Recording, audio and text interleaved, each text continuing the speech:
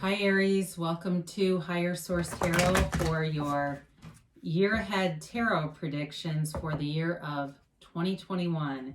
This is for all Aries, Sun, Moon, Rising, and Venus. And if you are new to the channel, I post new readings every Friday and then usually again on Monday or Tuesday. So if a reading doesn't resonate, you can always check back in a couple of days and watch a new reading, check a different part of your chart, or even watch an older reading if the title speaks to you. We're working with sacred divination, so really the readings are timeless. Now, for today's reading, you can really watch any part of your chart that you're interested in. So it's been a tough year for a lot of people with many unpredictable changes. I think we all recognize that. And so I thought it would be a nice way to kick off the new year and look ahead and see what energies are coming towards you. Now, again, we use tarot as a guide and a resource, but if you are really struggling in terms of mental wellness, please call someone in your local area. Do not use tarot as a treatment for any kind of a mental health issue or depression or anything like that. We don't want to use the tarot for that. So let's begin and get the advice for Aries. What messages do you have for Aries, please, as we enter into 2021? What messages do you have for Aries, Sun, Moon, Rising, and Venus? Okay, so we'll use a couple of different decks here once we get started, but for now, we're going to start with the Rider-Waite deck here. And I like to go month by month, and we'll pull a couple of clarifiers for these yearly. So we begin here with January. You've got the Three of Pentacles. February, you have the Ten of Pentacles. March, you have the Queen of Swords. In April, you have the Six of Wands. Very nice quarter there.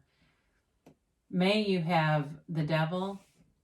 June, the Six of Cups. July, you have Justice. And August, you have the Knight of Cups. September, you have the Moon. October, the Eight of Wands. November, you have the Ace of Swords, and then in December, you have the King of Swords. I looked right at that Queen. A very interesting reading. Oh, and let's get a couple of clarifiers from the bottom here. Okay, now I actually love to see this. We've got here major transformation. That's what they're telling you. That's kind of the key to all of this, is allowing yourself this gift of transformation, allowing yourself to open up and be anything. And so we'll talk about these as we move along throughout the reading. You've got here, you've got Capricorn, you've got Scorpio, you have Libra here, Pisces is here, you have Air too, Gemini, Libra, Aquarius, you have Water, Pisces, Cancer, Scorpio. You do have a little bit of fire, Aries, Leo, Sag. And you've got Earth too, Taurus, Virgo, Capricorn. So I guess you do have all the elements here. And so you begin here. You've got nice aspects here in January, as you begin the year. The Three of Pentacles is all about working together. It's being in sync, in flow. For some of you, you may be attracting a new house. There definitely is a suggestion here about moving. If you're getting a divorce or something too, that is also a possibility with this. Not with this, but with the reading overall, I do see that in moving into your own house, certainly if you've never had it before. But the Three of Pentacles is a card of stability. It's moving forward. It's really building a solid foundation, something that stands the test of time. So at work too, you've got nice aspects. In money, you've got a nice reading for money here, and just taking action, moving forward. So in January, you may find yourself taking a leap of faith with this as we look at the Fool and the Death card. And even the Seven of Pentacles, if I can hold 4 cards, we'll see how well I do with that.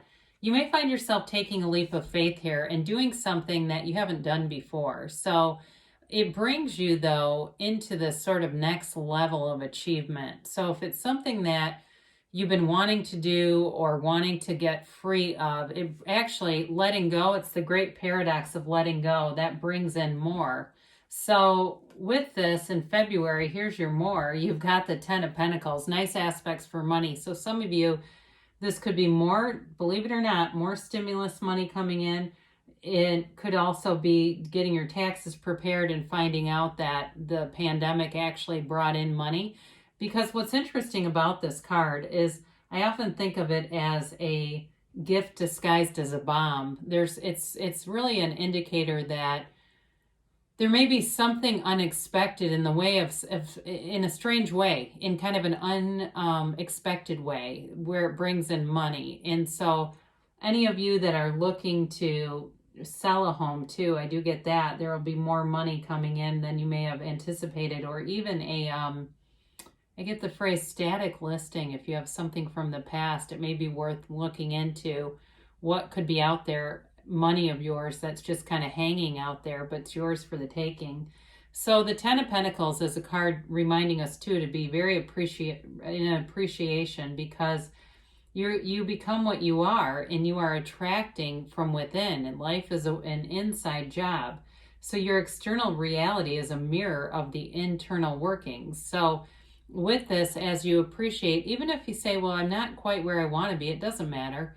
You're attracting all the time, and change is always possible, especially for those of you as you enter into March here. If you have some kind of an interest in writing, publishing, even being online and doing a blog or a vlog or a podcast, anything to do with communication, you're going to be very strong this year.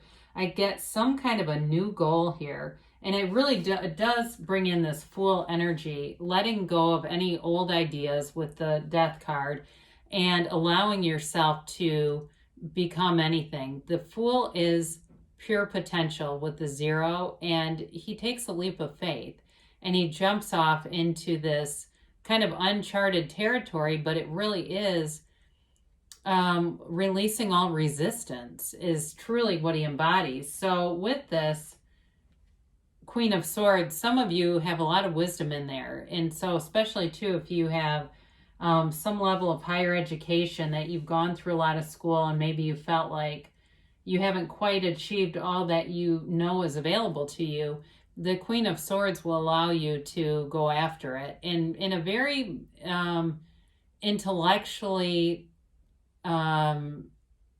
sort of organized way. It's really using your mind and allowing your mind to deliver you into this next level. So with this, I know she has a bit of a cold energy, but I do feel for somebody here, it's an important energy because it allows you this kind of Aries likes to go where other signs can't. So anything is possible, but it allows you this ability to stay focused and move forward. And you continue to do so. And with the 6 of Wands, in terms of love, I see it coming in more into the, April, June, even into the fall here. But I feel like maybe the first couple of months are really focused more on money, moving a business along. Some of you have been very focused on money, and it's bringing results, and it's hard to let anything else get in the way of that because it is a priority for someone here. So the 6 of Wands, though, is a card of great victory and success. It's a card of prominence. So some of you, those first couple of months, as you're focused on money and bringing business around and that sort of thing, you're going to have a little opportunity here to get some of those 3D manifestations, some of the, the car, the house, whatever it is, and feeling really proud of it all, though. Really feeling like you have security, you have success, that sort of, you know what, I've made it. Now, there is love here. I mentioned that, and I do feel like this is where it begins. So as you go throughout this first quarter, you may really be focusing on yourself in terms of your fitness, your body, your, just looking good, feeling good, and people around you notice it. So don't be surprised if you have quite a few invitations and people who are interested in dating you. Now, in terms of if you are already in a relationship, I do feel like it goes to the next level, and there's really a serious focus on this and wanting to bring in stability, wanting to bring in a long-term commitment. So you have this devil energy, Capricorn, that shows up here. And this starts off the month of April. And so, May. I'm sorry. This starts off May for you. And so as you enter into this, it really is about letting go of limiting beliefs. I wouldn't have minded seeing the Tower here, but Death will do. So Death card comes in, and the skeleton featured on Death is really the representation, the character of your higher self. And it's telling you as a human, as the ego form, that it's time to let go of limiting beliefs. It's time to let go of that friend who's just kind of a hanger-oner and always brings you down whenever you talk to the person. They're okay for a minute, and then it's back to the old, same old, same old. So with this, you're letting go of any limitations on you, any past patterns that restrict you. And again, with the mind, body, spirit stuff, you might have a little bit of a wobble here as you get into May with that. But they are just here to show you this so that you can be aware of it. So as you go forward into the year, if you've been really committed and you say, well, I go on vacation in April every year, and then by the time May hits, I'm gone to pot again. It's a warning so that you don't do that again, because it doesn't feel good and it lowers your vibration. So with this devil energy, though, it's really about letting go of any toxic cycles here, any kind of addictive habits, patterns, overspending, over shopping, especially because there is an influx of money here. It's also, your tarot's your best friend that always tells you the truth. If you know when you get money that you tend to be kind of foolish with it, they're warning you and letting you know that it's time to be a little more prudent here. Now, the Fool is a great card in terms of it. It shows you that you do have a transition. But I'd be aware of that in terms of the money piece, because we definitely want to be more in the energy of the King of Swords or Justice with that. So into June, you've got the Six of Cups, and it brings in kind of a lightheartedness, a freedom, and a real sense of nostalgia. So for some of you, if you've been on a breakup, I do see the reconciliation being possible in June and in the summer months. June all the way through the end of the year, really. I do feel like it may take a few months to evolve. So those of you that are wanting reconciliation and have that in your mind and on your heart, you may begin the beginning of the year as just focusing on yourself. And that's the best way to manifest anyway. Not being focused on the return of anyone, just focusing on self-development, self-improvement, and then boom, here they show up again. So the Six of Cups is a card of sentimental longing, of memories, of really kind of, even for some of you, this may be looking back, on the first 6 months of 2021 and really feeling good. By the time you get to June, you are in flow here. And it is awesome. It's an awesome energy to be in. It feels like hope, it feels like this renewed kind of second wind, and knowing that you are, I get paved in the path with gold for some reason, knowing and having a confidence. So if you've started some new endeavors, by the time you get here, you're going to really see developments and fruition. Now, Justice shows up in July, and this is really a card of the absolute truth. It's really knowing, I feel clarity and knowing where you're headed. So with the Seven of Cups, you may have a lot of options that show up. You might have a lot going on with work. I see that. But I also feel like in a relationship, you may have new opportunities, but also somebody from the past who's interested. And Justice gives you the clarity to go in the right direction. You can't make a bad choice anyway. I mean, it's not with this energy, but you are creating your own reality. So you really are the creator or the designer of your own beautiful work of art here. So with Justice showing up, it can be legal matters. So for some of you, if there was something like a divorce or something that you're waiting on, this would be the time that it would be most likely to conclude. So this is in July, that you'd get a judgment, you'd get an answer, and some finality about it. Now, for some of you, it may have to do with that devil energy and putting your foot down with somebody. So be aware of that as you come into July. If you still have somebody who's really taking advantage of you, you're going to set some boundaries, and it feels permanent. It feels like once and for all. They say once and for all. So if you know who this is, I do feel like it's going to be something that gives you a lot of relief too, and allows you just to move forward without this nagging kind of energy on your back. So into August, we've got this Knight of Cups. So as love prevails here, love continues on, we've got a big offer. And so for some of you, if it's a reconciliation type of thing, you know, I see this very clearly. It's like this leap of faith here that, oh, this is the one I meant to grab. Okay, here we go.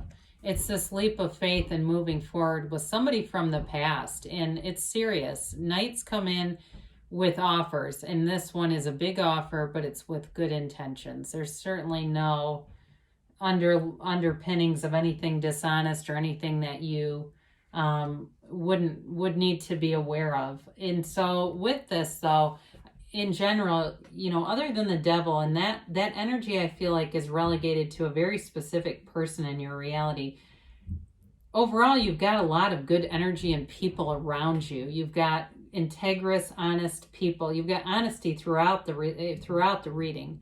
Honesty is kind of one of the main currencies of this reading. So I feel like you have trustworthy, good, integrous people. And with this Knight of Cups, there's love here, and it's deep, and it is an eternal kind of a love. You've got someone here who wants to run the distance, who wants to be a ride or die. And I feel like it's coming through in part by visualizing, by doing some processes. So those of you that maybe got, you know, Abraham Hicks, Ask and It Is Given, you've been doing those 21 or 22 processes in the back of the book and really bringing in the tones of reality into your visualizations, and you're getting it. I mean, it's coming through here.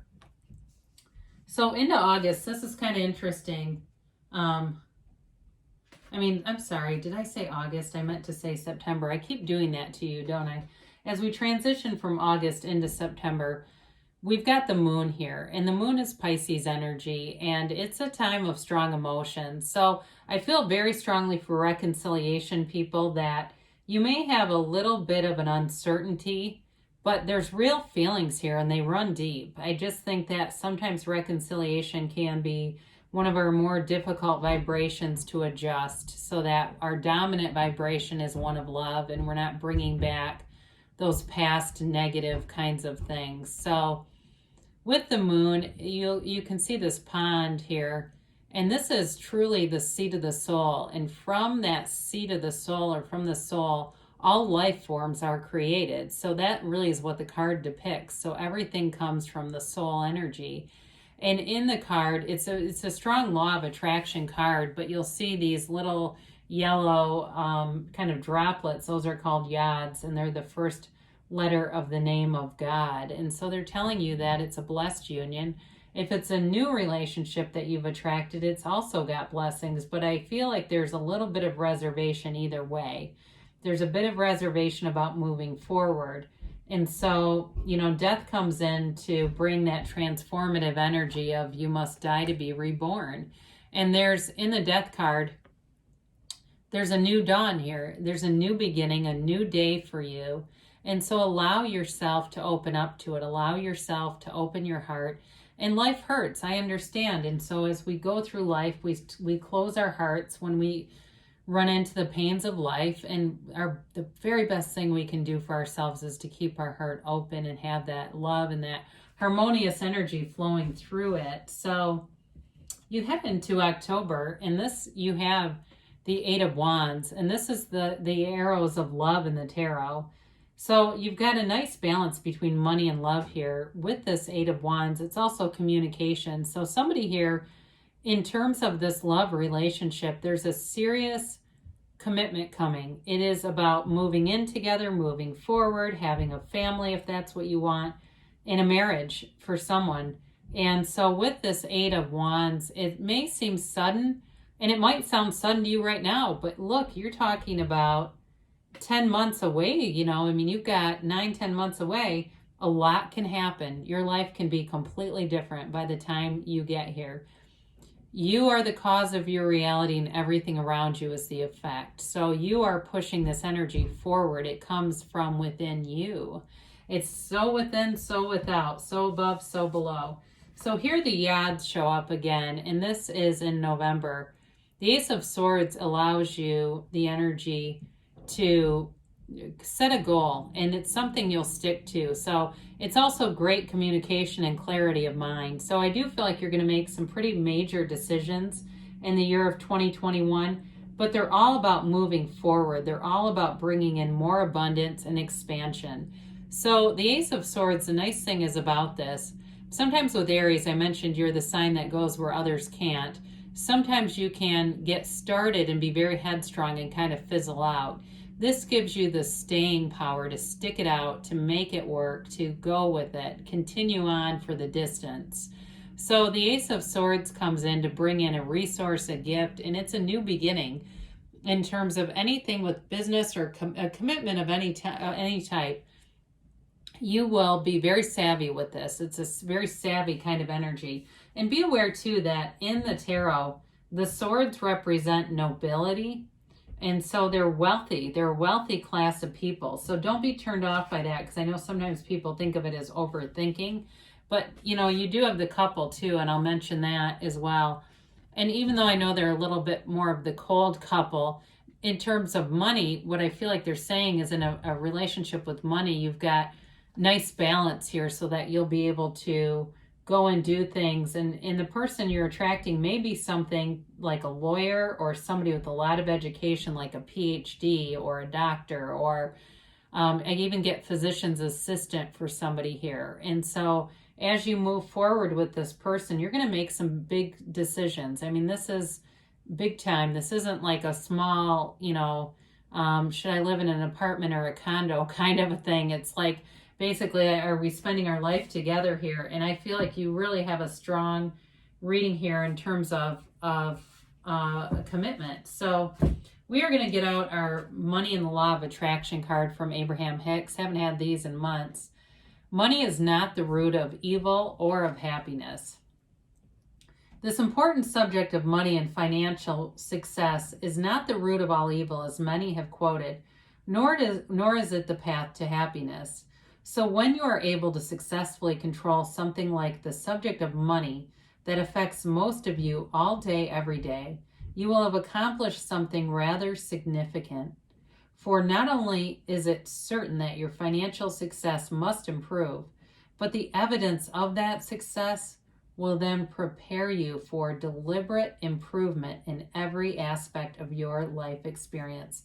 Now, what I like about that for Aries is that you have had quite a few readings that have been really focused on money. And I feel like as you have raised your vibration through that culmination of all this money, it's allowing you to attract higher level things. So let's talk about love here for a minute. I am open and receptive to love. Life is always trying to love you, but you need to be open to see it. Didn't we say that? Complete this sentence. I could make it easier for life to love me by... So thinking about that, you know, even if it's kind of the mundane things like swearing at people in traffic, or just kind of those day-to-day things like saying no to invitations, you think about that. What things could you change that will allow more love to come into your life? I don't think we're going to do the timeline and the yes, no on these, but I do want to get the angels just because they're they have important messages. They do say look for a sign. So the signs are all around you, Aries. So be open to the signs and know that your angels are always communicating with you. Ask your angels. So ask before you watch tarot, before you go to bed at night, what do I need to know and what do I need to see? And the angels will deliver a message for you.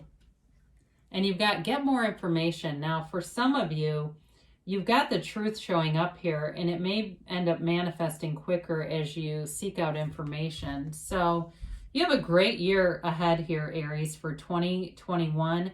I love you, and I'll be back again soon.